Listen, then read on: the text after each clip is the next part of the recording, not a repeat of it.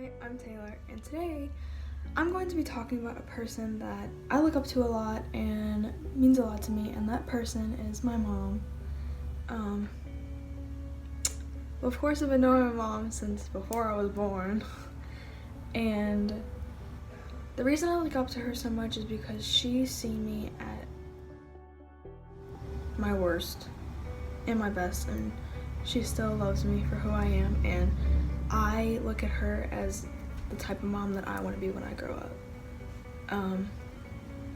I want my kids to be able to have the same relationship that me and her have, because our relationship is very strong, and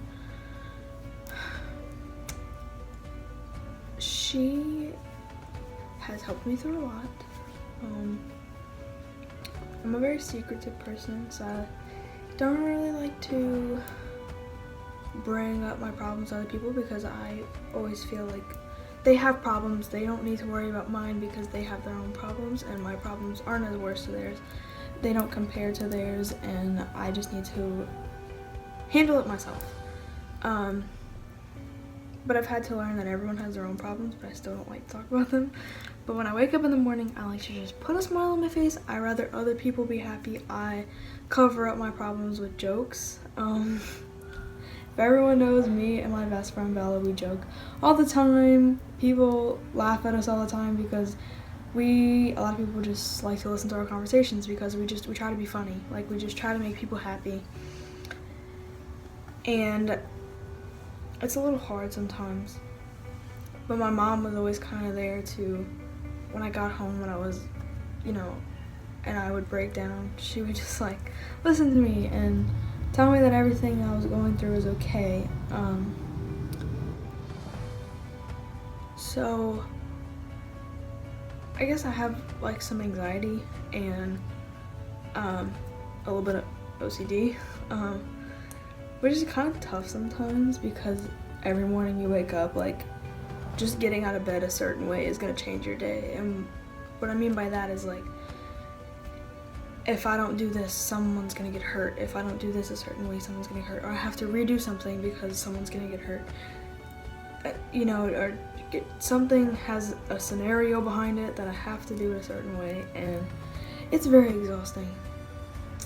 So that's why I don't really talk to a lot of people my age, because it's like, they're gonna think you're crazy. Like, that is crazy, Taylor. Like, it's so crazy that it goes down to the point of like how I put my pencil on my desk, because something bad's gonna happen. And my mom has always been there, and she knows everything like that, and has told me that, Taylor, you need to try to fix it, but she's told me that it's okay. Like, she's told me that I'm not crazy. Like, it's just something that people have and they go through, and she's told me that I'm not psycho, like, she has just helped me through a lot, and she has listened to me every single day.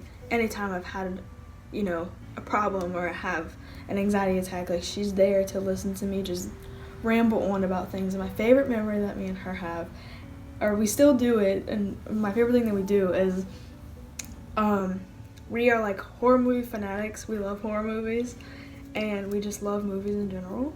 But on the weekends and during breaks and things like that, anytime we can stay up late, we watch horror movies, and we either have Doritos and onion dip, which sounds disgusting, but it's really good, I promise you should try it, and brownies, or we have popcorn and candy, and we watch movies, strictly horror movies, and we break them down and say what we liked about them, what was terrible about them, what they should have did this and that, and it's just always like the most fun thing, because it's kind of a way for us to bond in a way. But we already have such a strong bond. I always like say she's kind of like my best friend, and she just, in a way, I rather hang out with her on the weekends than my friends, because she understands me, and I don't really know how to be myself in public, and it's kind of hard. So, like, people at school think they know me, but they don't. Like, that's not me. Like, my mom knows Taylor for Taylor. I have never had another person that knows Taylor for Taylor. And that's why I just appreciate her a lot. And I usually cry every time I talk about her, so this is a new thing for me. She just means a lot to me, and when I'm older, I want to be like her for my kids. I want my kids to know that they can tell me everything. They can trust me. I'm gonna help them with whatever they're going through. And I'm gonna listen to them. That's the biggest thing. Just listening and telling them that it's okay, because being a teenager is hard. Especially when you have different problems, like any sickness you go through, or mental issues that you go through, that it makes it 10 times harder. And it's already hard being a teenager, and I want my kids to know that it's okay. And I want to be like my mom. I want to have a relationship with my kids like me and my mom have. And I thank God for giving me the mom I have, and dad. I mean, both of my parents are amazing, but me and my mom are just very alike. And she is a blessing. She's I'm just saying, she's the best mom ever, and I know a lot of people can disagree, but she's